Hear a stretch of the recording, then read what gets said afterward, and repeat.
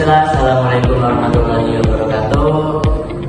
Kami dari kelompok 4 ingin mempresentasikan tentang relevansi masalah media hal aman terhadap pengelolaan SDA di Indonesia dengan beranggotakan dari saya Abdul Wahdi Hafizudin dengan NIM 255211108. Saya Budi Norma dengan NIM 255211108. Saya Desra Masini dengan NIM 255211108.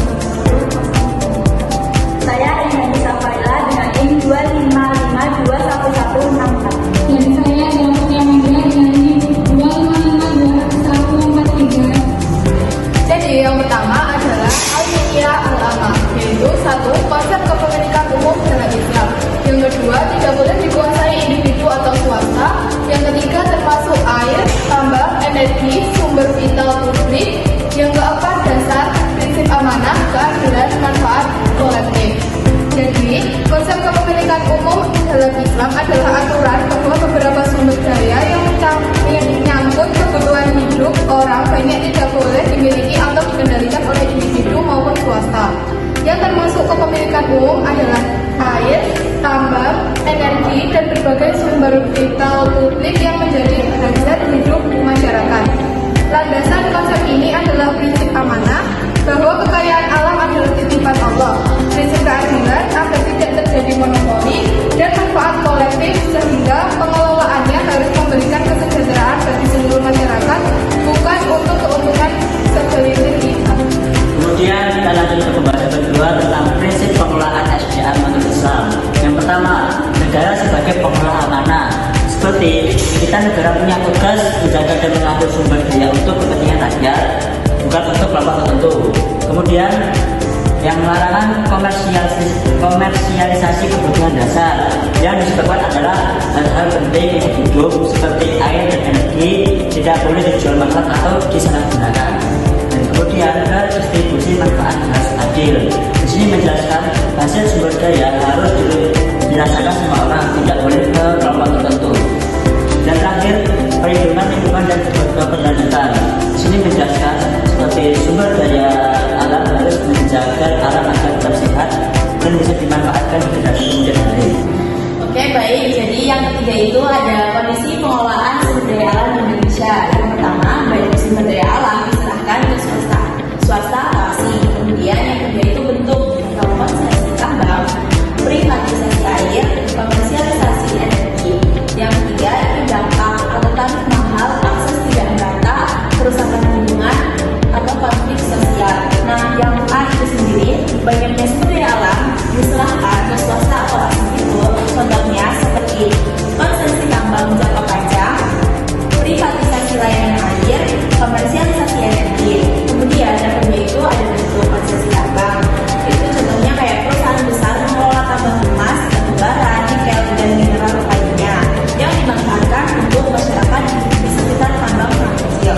Nah, kemudian yang kedua itu bentuk konsesi tambang privatisasi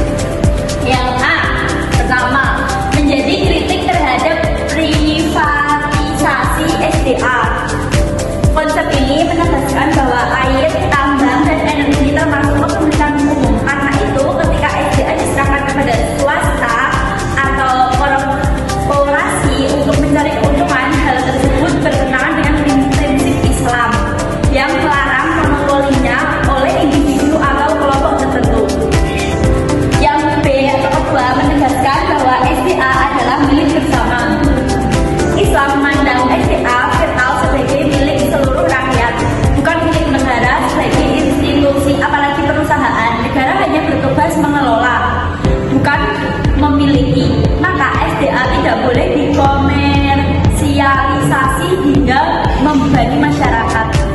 Yang C. Menuntut negara mengambil kembali peran strategis. Karena SDA adalah milik umum, negara harus hadir kuat sebagai pengatur, mengambil alih kembali sektor yang dikontrol korporasi bila merugikan masyarakat, memastikan biaya, tarif maupun hasil SDA tidak dikendalikan pasar. Negara berperan sebagai pengelola amanah, bukan pedagang. Yang keempat D. Mendorong mengelola yang adil, murah, dan merata. Konsep ini menuntut tarif air dan energi terjangkau, akses merata untuk semua lapisan rakyat. Hasil pengelolaan kembali ke masyarakat, bukan keuntungan swasta. Keberkelanjutan lingkungan. Yang studi kritis air tambah berenergi. A. Air tarif naik, akses terbatas saat dikuasai swasta. Air jika dikelola swasta, tarif biasanya naik dan akses masyarakat menjadi terbatas karena orientasi utamanya adalah profit. B. Tambang. Kekayaan terkonsentrasi di korporasi, daerah miskin tetap miskin. Tambang pengelolaan oleh korporasi besar membuat kekayaan alami terkonsentrasi pada perusahaan. Sementara daerah penghasil tetap miskin karena tidak mendapat manfaat jasmani. Yang C. Energi. Tarif tinggi, ketergantungan pada swasta. Energi yang ketergantungan pada swasta menyebabkan tarif energi tinggi dan membuat negara kurang mandiri dalam pemenuhan kebutuhan energi masyarakat. Kemudian yang ketujuh yakni alternatif pengelolaan atau solusi. Yang pertama adalah model pengelolaan publik yang kuat, yang dijelaskan tentang negara atau lembaga publik harus mengelola sumber daya alam dengan sistem yang jelas, profesional, dan berpihak pada rakyat. Kemudian ke partisipasi masyarakat atau community based, yang dijelaskan tentang masyarakat ikut terlibat dalam pengambilan keputusan supaya masyarakat itu berguna bagi yang dikerjakan. Kemudian yang ke C, regulasi ketat untuk mencegah monopoli, yang dijelaskan tentang pemerintah membuat aturan tegas agar sumber daya tidak dikuasai satu perusahaan atau kelompok tertentu. Dan kemudian transparansi, akuntabilitas, dan pemerataan manfaat.